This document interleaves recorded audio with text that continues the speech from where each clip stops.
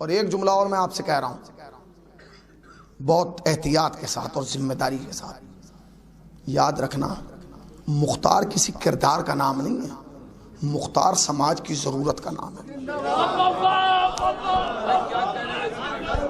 مختار کسی کردار کا نام نہیں ہے، مختار ہر دور کی ضرورت کا نام ہے۔ ہر قوم کو مختار کی ضرورت ہے، ہر محلے کو مختار کی ضرورت ہے، ہر انجمن کو مختار کی ضرورت ہے، ہر ملت کو مختار کی ضرورت ہے۔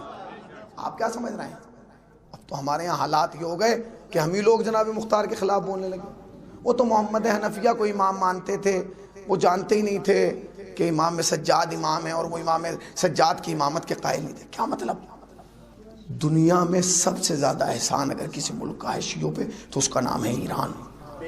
خدا کی قسم اس دور میں، جس دور میں ہمیں تاریخ پڑھنے کا وقت نہیں ہے، کتابیں پڑھنے کا وقت مولویوں کے پاس وقت نہیں ہے، اس دور میں آپ شیعہ قوم کے کسی بچے سے پوچھ لیجئے کہ یہ بتا کہ ابراہیم ابن مالک اشتر کون تھا، یہ بتا کہ وہ کون تھا، یہ احسان کس کا ہے؟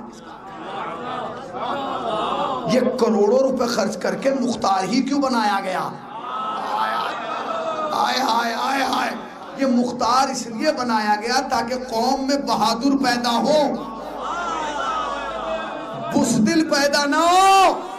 اور جو لوگ یہ کہہ رہے ہیں کہ جناب مختار نے جو ہے وہ امام سجاد کو امام نہیں مانا، محمد حنفیہ کو امام مانا تھا، کیا آپ اتنی تاریخ جانتے ہیں؟ ایران جہاں ہر چیز بغیر کوئی بھی کام بغیر استخارے کے نہیں ہوتا، اتنے مجتہدین، اتنے علماء بیٹھے، اگر مختار کے کردار میں جھول تھا تو یہ سیریل بن کے آتا؟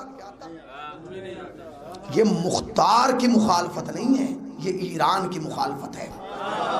ہماری سمجھ میں تو آج تک یہ نہیں آیا کہ یہ لوگ جی کیسے رہے ہیں جو کام ایئرٹیل کے لیے کر رہے ہیں اور تنخواہ جیو سے لے رہے ہیں۔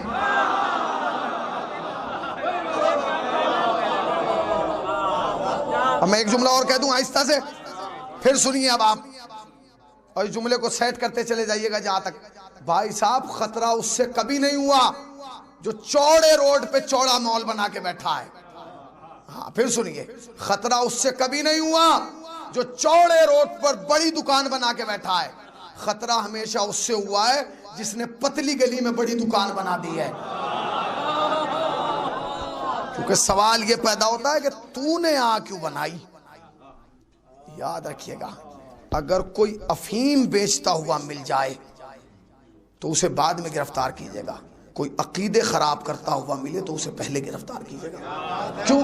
کیونکہ افہیم کا نشہ صبح تک اتر جاتا ہے، جب عقیدے خراب ہوتے ہیں تو اثر نسلوں تک جاتا ہے۔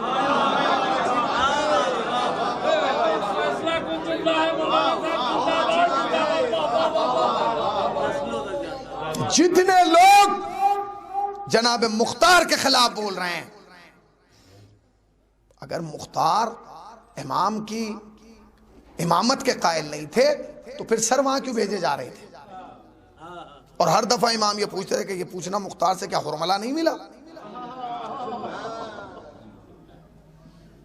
کیا دربار میں جناب مختار اور مولا سجاد کی گفتگو؟ کیا مطلب ہے؟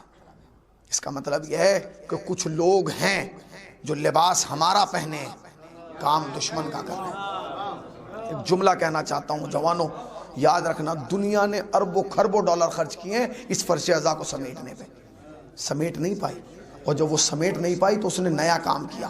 وہ سمجھ گئے کہ اربوں خربوں ڈالر خرچ کر کے بھی ہم فرش اعضا سمیٹ نہیں پائے، تو انہوں نے نیا کام یہ کیا کہ ہم فرش اعضا سمیٹ نہیں سکتے، اس پہ کچھ لوگ سیاہ لباس پہنا کے بٹھا دو، جو لباس میں ان کے ہوں کام ہمارے لیے کریں۔